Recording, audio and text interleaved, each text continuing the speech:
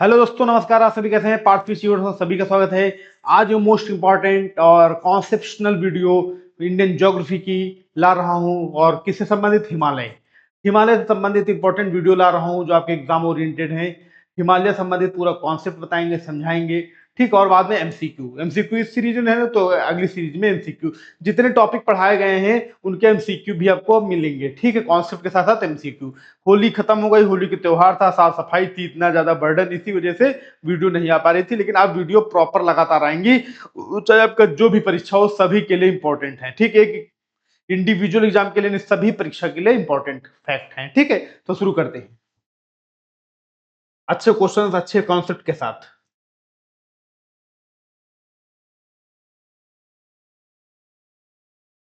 परिचय। हिमालय विश्व की सबसे ऊंची और सबसे युवा पर्वत श्रृंखला है।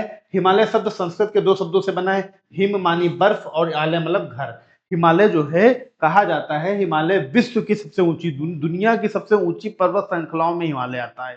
हिमालय का जो विस्तार है वो पूरब से पश्चिम है। दुनिया की किसी भी पर्वतमाला का विस्तार पूरब से पश्चिम नहीं है।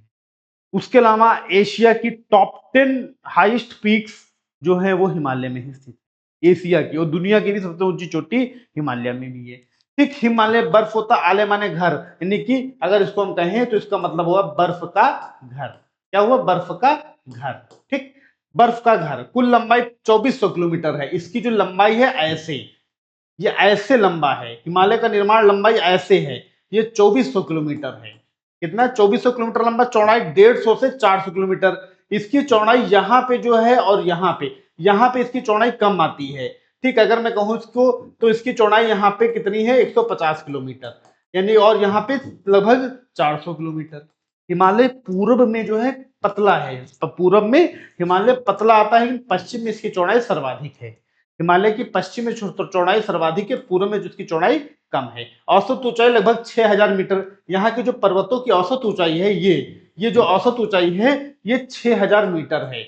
6000 metre average height. Average height जो है इसकी हिमालय पर्वतमाला में वो एवरेज हाइट 6000 मीटर है।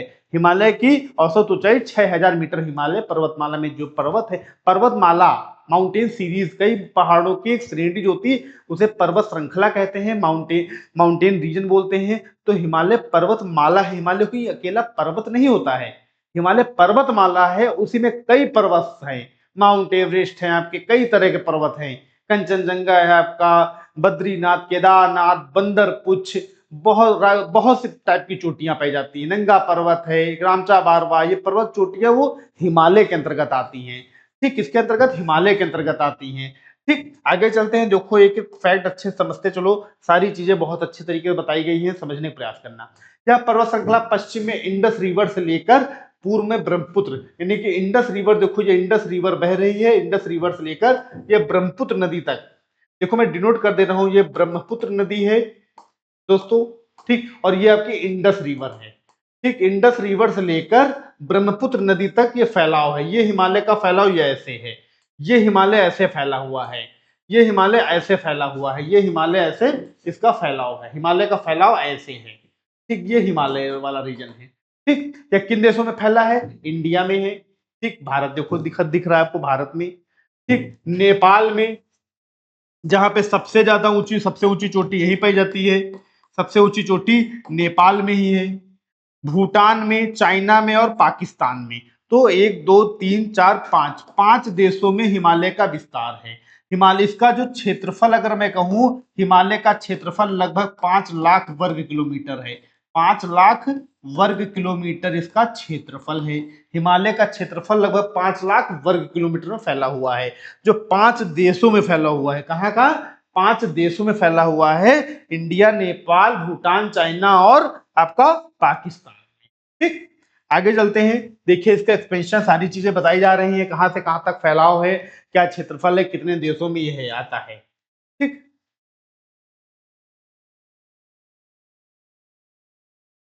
हिमालय की उत्पत्ति कैसे हुई? Origin of Himalaya.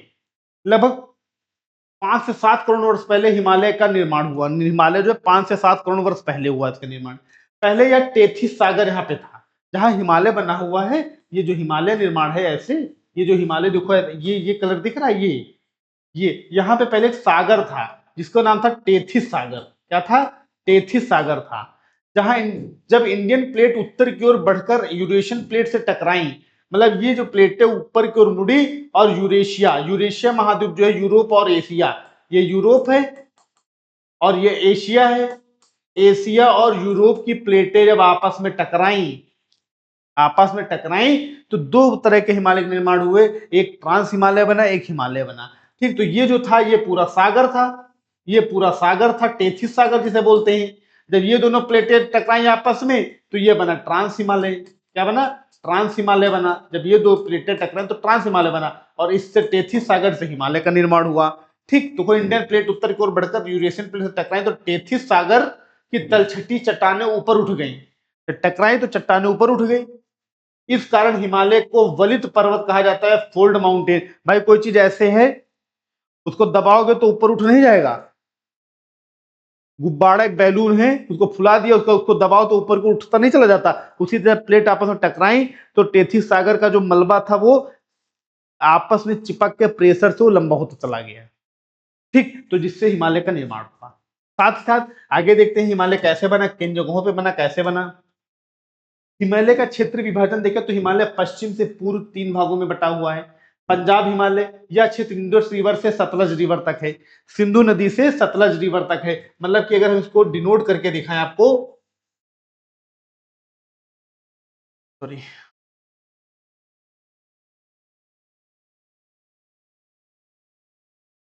अगर हम इसको डिनोट करके दिखाएं तो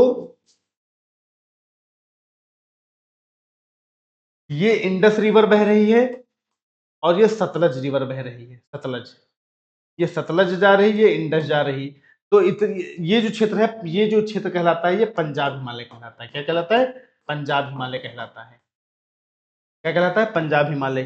कुमाऊं हिमालय सतलज रिवर से काली रिवर, ये सतलज रिवर बह रही है, इसी के नीचे काली रिवर बहती है, तो ये जो हिस्सा आ जाता है वो कुमाऊं हिमालय कहलाता है। क्या कहलाता है? कुमाऊं हिमालय कहलाता है। ठीक है। अच्छा, मैं इसको थोड़ा अगर अच्छे से और बताऊं तो और एग्जैक्ट क्लियर होगा।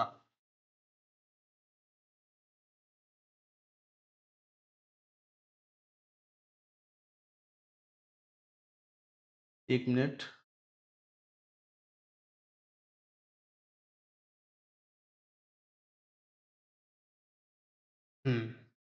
ये आया। अब देखो मैं इसमें आपको अच्छे से समझा रहा हूं, उससे आपको एग्जैक्ट सारी चीजें क्लियर हो जाएंगी। ठीक,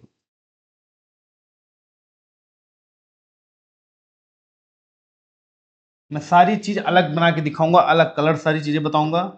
ये देखो सिंधु नदी आ रही है, ये सिंधु नदी आ रही है और ये सतलज नदी आ रही है, ये आपकी सतलज। ठीक, तो अब इसमें जो बताया जा रहा है, जो ये हिमालय कहलाता है, ये पंजाब हिमालय कहलाता है। क्या कहलाता है? पंजाब हिमालय। ठीक, ये पंजाब हिमालय कहला रहा है।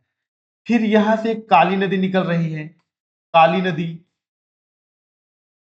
काली नदी निकल रही है, तो इस वाले एरिया को क्या कहा जाएगा? कुमाऊं हिमालय। कुमाऊं हिमालय कहा जा रहा है। ठीक, देखो जो चीजें हैं वही चीजें मैं बता रहा हूँ। ठीक, सतलज रिवर से काली रिवर तक जो है वो कुमाऊं हिमालय है। ठीक, असम हिमालय तीस्ता रिवर और ब्रह्मपुत्र रिवर के बीच है।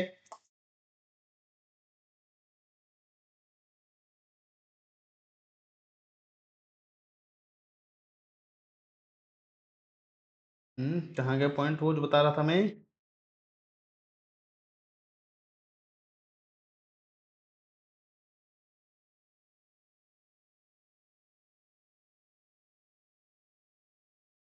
चलो देखते हैं, फिर से बार देख लो, क्लियर हो जाएगा। ऐसे मैं आपको बता दे रहा हूं, उधर आप देख लीजिएगा, मैंने पॉइंट उसमें लिखे ही सारी चीजें।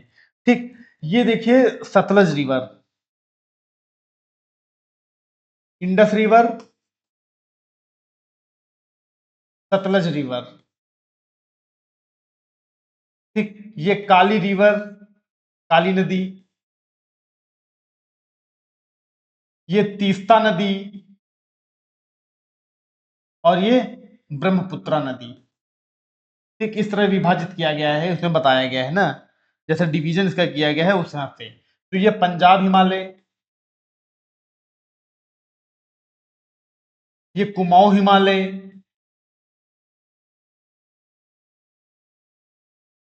ये असम हिमालय। ठीक,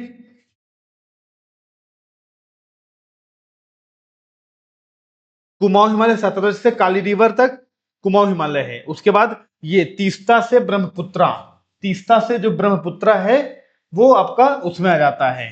ठीक, तीस्ता से ब्रह्मपुत्रा असम हिमालय के अंतर्गत आ जाता है। तीस्ता से ब्रह्मपुत्र जो है असम हिमालय तक आ जाता है। देखो वो चीज नोट नहीं किया जा रहा है, बताया नहीं जा रहा है। ठीक है, तो तीस्ता, इसको मैं इसमें फिर से मैं बता दूं, आप लोग कंफ्यूज ना हो। ठीक है, क्योंकि अलग अलग उसमें बन रहा है तो थोड़ा प्रॉब्लम क्रिएट हो रही होगी, मैं समझ रहा हूँ। ठीक है, मैं आपको फिर से इसमें बता दे रहा हूँ कि जो इसका विभाजन, डिवीजन,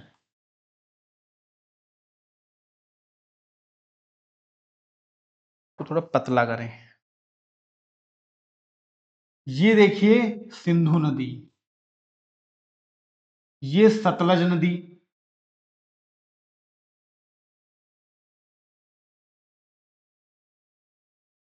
ये सतलज नदी आ रही है। ठीक, सतलज नदी। तो ये आपका पंजाब हिमालय हो गया। क्या हो गया? पंजाब हिमालय। ये तीस्ता नदी बह रही है। ये कौन सी नदी बह रही है? ये आ रही है तीस्ता नदी। ठीक, तीस्ता नदी से कुमाऊं हिमालय, तीस्ता नहीं, काली, माफ करना, काली नदी।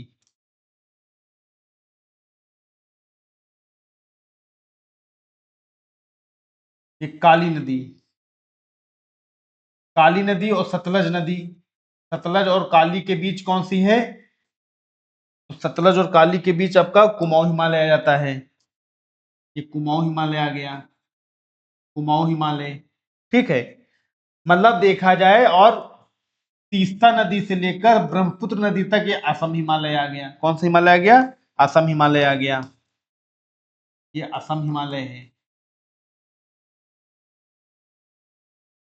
ठीक, तो मतलब अगर हम इसको और अच्छे से देखते हैं तो आपका सिंधु से सतलज, सिंधु से सतलज नदी जो है, सतलज, हम्म,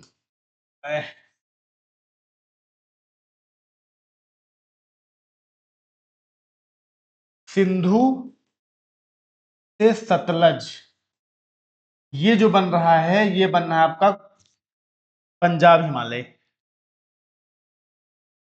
पंजाब हिमालय। ठीक, number one. Number two point, Sutlej से काली नदी, सतलज और काली नदी के बीच में कुमाऊं हिमालय।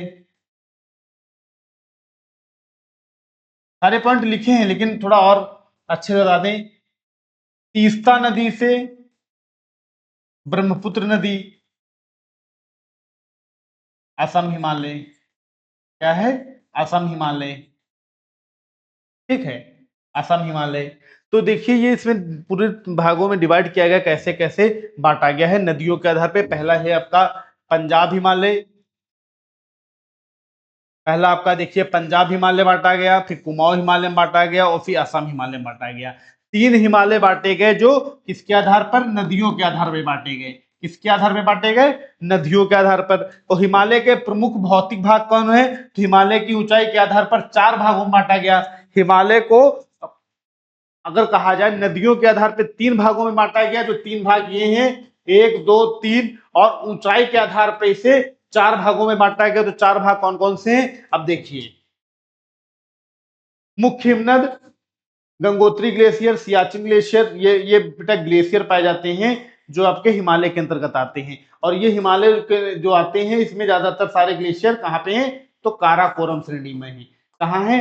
काराकोरम श्रेणी में सारे ग्लेशियर ज्यादातर पाए जाते हैं, कुछ छोड़ के। ठीक, कुछ छोड़ के, खाली गंगोत्री ग्लेशियर को छोड़ के ये सारे ग्लेशियर जो है आपके, ये कहाँ पाए जाते हैं? ये सब काराकोरम रेंज में पाए जाते हैं। काराकोरम रेंज किसका हिस्सा है? तो ये ट्रांस हिमालय का हिस्सा है, ट्रांस हिमालय का हिस्सा है, जहां पे ये सारे ग्लेशियर्स पाए जाते हैं ज्यादातर।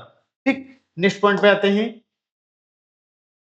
अब देखिए हिमालय का जो विभाजन हुआ, तो महान हिमालय सबसे पहले ग्रेट हिमालय था। तो हिमालय के तीन रेंजेस हैं, ये और ये।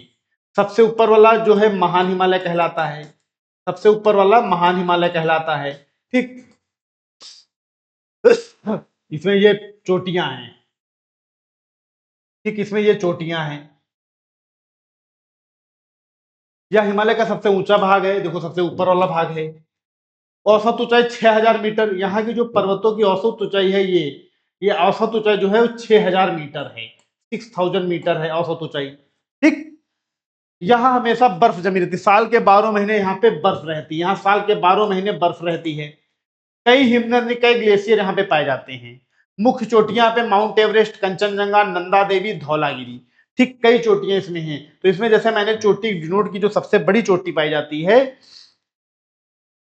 ये वाली जो चोटी है, इसको हम क्या कहेंगे? इसको हम कहेंगे माउंट एवरेस्ट, सबसे ऊंची चोटी है। जो कहां पे है? नेपाल में है। नेपाल में से क्या कहा जाता है? सागर माथा कहा जाता है। नेपाल में से सागर माथा के नाम से जानते हैं माउंट एवरेस्ट को, जो कहां पे है? नेपाल में है। ठीक, उसके बाद आपकी कंचनजंगा आ जाती है। तो कंचनजंगा जो आ जाती है, मान लो ये कंचनजंगा हमने मान लिया। कंचनजंगा कहाँ है? तो ये सिक्किम, भारत के सिक्किम राज्य में है।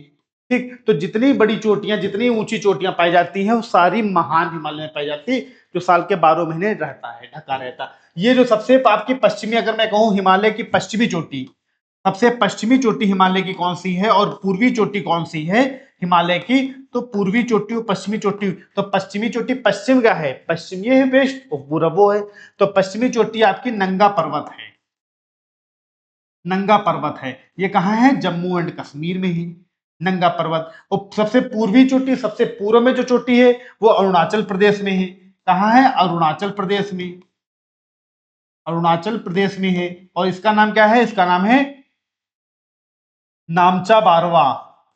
नामचा बारवा, ये सबसे आपकी पूर्वी चोटी हिमालय की है। ठीक, हिमालय की सबसे पूर्वी चोटी नामचा बारवा है। ठीक, आगे चलते हैं।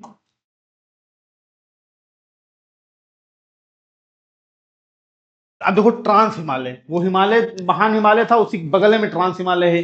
तो ट्रांस हिमालय या हिमालय के उत्तर में स्थित है, हिमालय पर्वतमाला है। जैसे ट्रांस हिमालय ये है, ये सॉरी, महान हिमालय, मध्य हिमालय, शिवालिक, यहाँ पे ये इसी के जस्ट ऊपर ये है आपका, ये पड़ जाता है।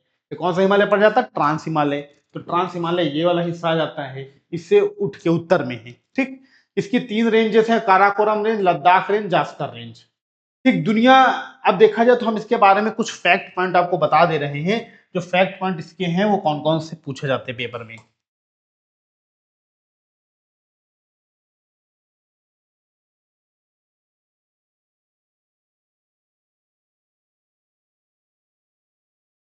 काराकोरम रेंज, काराकोरम जो रेंज है, इसकी खास बात क्या है? नंबर 1 पॉइंट, दुनिया की दूसरी सबसे ऊंची चोटी, दुनिया की सेकेंड हाईएस्ट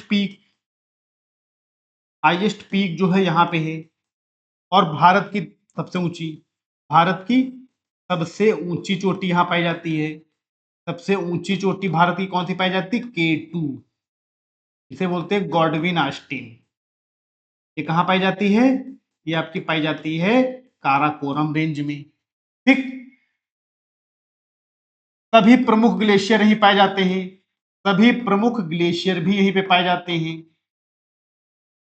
ठीक, जैसे सियाचिन हो गया वगैरह वगैरह। ठीक, जैसे हम बता दे रहे हैं, जैसे मैंने लिखा पीछे, सियाचिन, पाल्टोरो, बियाफो।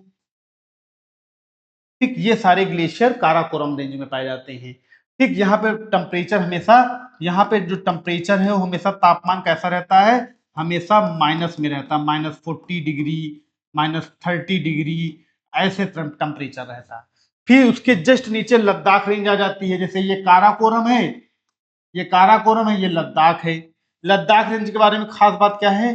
कहा जाता है यहाँ पर दुनिया की सबसे तीव्रतम ढाल वाली चोटी पाई जाती है। दुनिया की, यहां पर दुनिया की सबसे तीव्रतम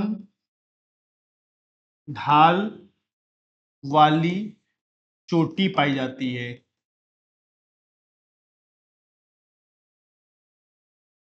कौन सी पाई जाती है? राकापोशी। राकापोशी जो लद्दाख में है, दुनिया की सबसे तीव्रतम ढाल वाली चोटी है राकापोशी। ठीक, दुनिया की सबसे तीव्रतम ढाल वाली चोटी लद्दाख में पाई जाती है। यहीं से ही लद्दाख से ही सिंधु नदी गुजरी हुई है। सिंधु नदी जो है लद्दाख और जास्कर के बीच, लद्दाख और जास्कर के बीच सिंधु नदी गुजरी हुई है। ठीक, जो काराकोरम रेंज और लद्दाख और जास्कर रेंज जो आपका ट्रांस हिमालय के अंतर्गत, यही 3 श्रेणियां प्रमुख पाई जाती हैं आती। ठीक है, यह दुनिया का दूसरा सबसे ऊंचा पर्वत है, माउंट एवरेस्ट 8,848 मीटर। फिर दूसरी देखो चोटी दी गई K2 8,611 मीटर।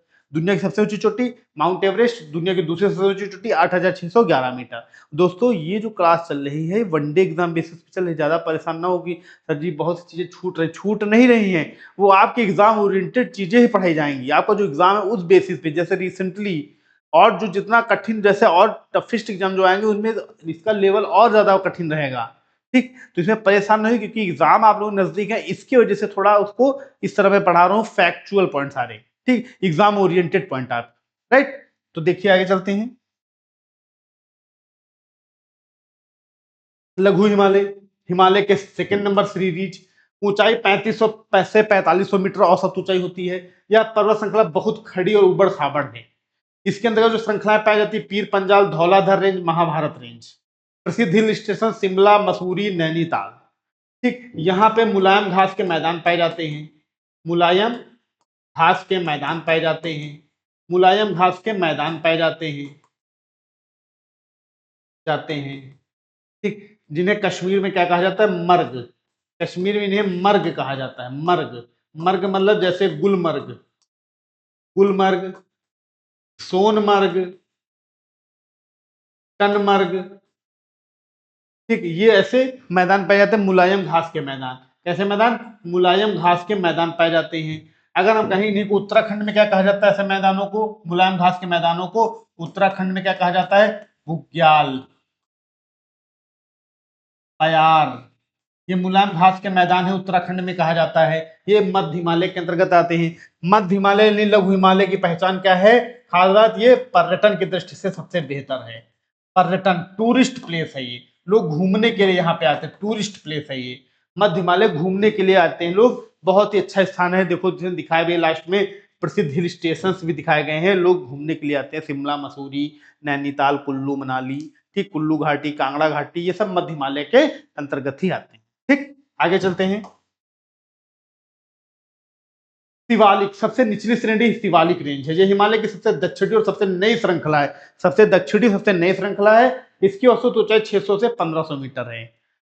चौड़ाई लगभग 10 से 50 किलोमीटर है। इसकी जो चौड़ाई है 10 से 50 किलोमीटर है। ये मेरे 50 किलोमीटर यहाँ पे, 10 किलोमीटर यहाँ पे है। ये 10 से 50 किलोमीटर है। शिवालिक और लघु हिमालय के बीच दून घाटियां स्थित हैं, जैसे देहरादून, देहरादून, दून घाटियां स्थित हैं लघु हिमालय और शिवालिक के बीच, जैसे देहरादून वैली, पटली दून वैली। तो ये शिवालिक रेंज के अंतर्गत आ जाता है। ठीक दोस्तों, सब चीजें आपकी एग्जाम ओरिएंटेड चीजें, कोई एक्स्ट्रा उसरा मैं नहीं पढ़ा रहा हूँ कि बहुत डीप में जब पढ़ाऊंगा, कॉन्सेप्ट वाइज पढ़ाऊंगा और मजा आएगा।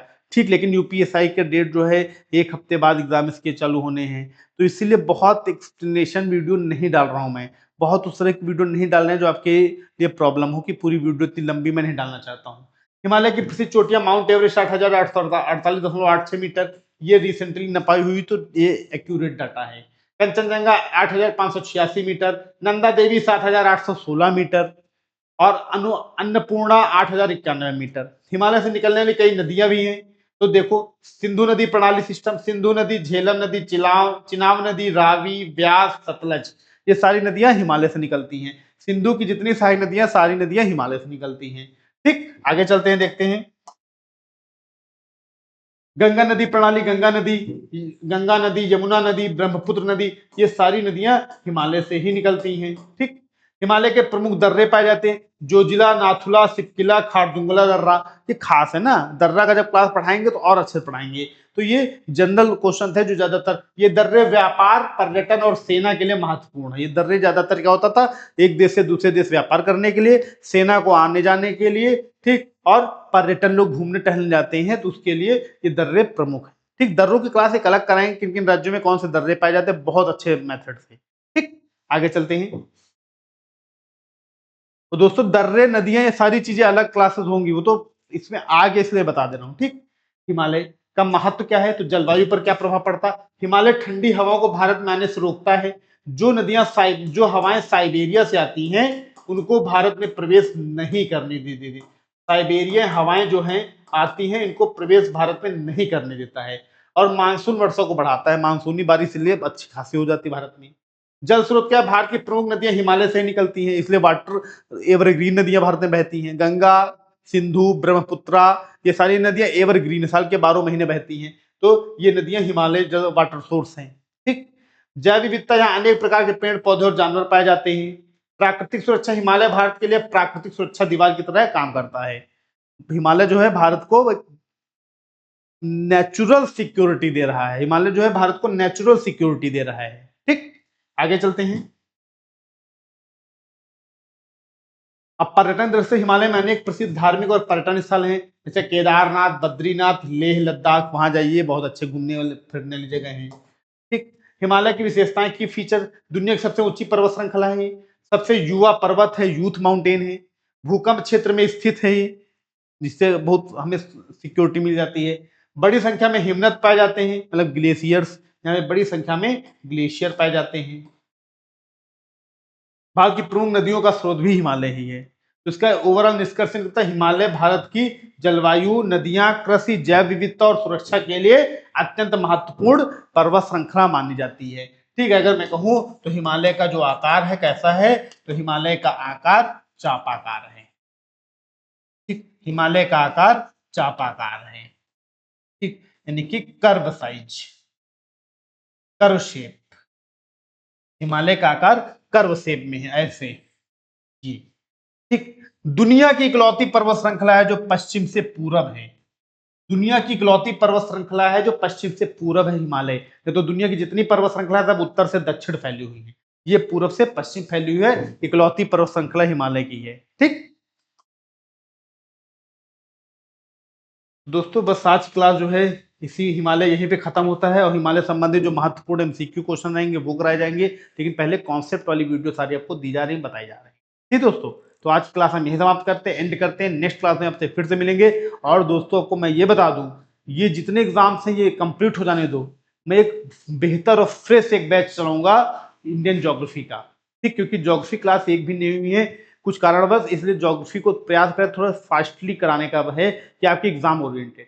ठीक, ये जो चीजें मैंने बताई केवल फैक्ट वाली चीजें बताई, इसमें मैंने केवल 35 से 40% मैंने पढ़ाया है, 60% मैंने छोड़ दिया है जो मुझे पढ़ानी थी, लेकिन नहीं पढ़ा पा रहा हूं क्योंकि एग्जाम आपके साथ 2 महीने 3 महीने के अंतराल पे हैं। इसलिए सारे फैक्ट पॉइंट, फैक्चुअल पॉइंट मैं आपको प्रोवाइड कराने का प्रयास कर रहा हूं जो आपके एग्जाम लिए जरूरी है।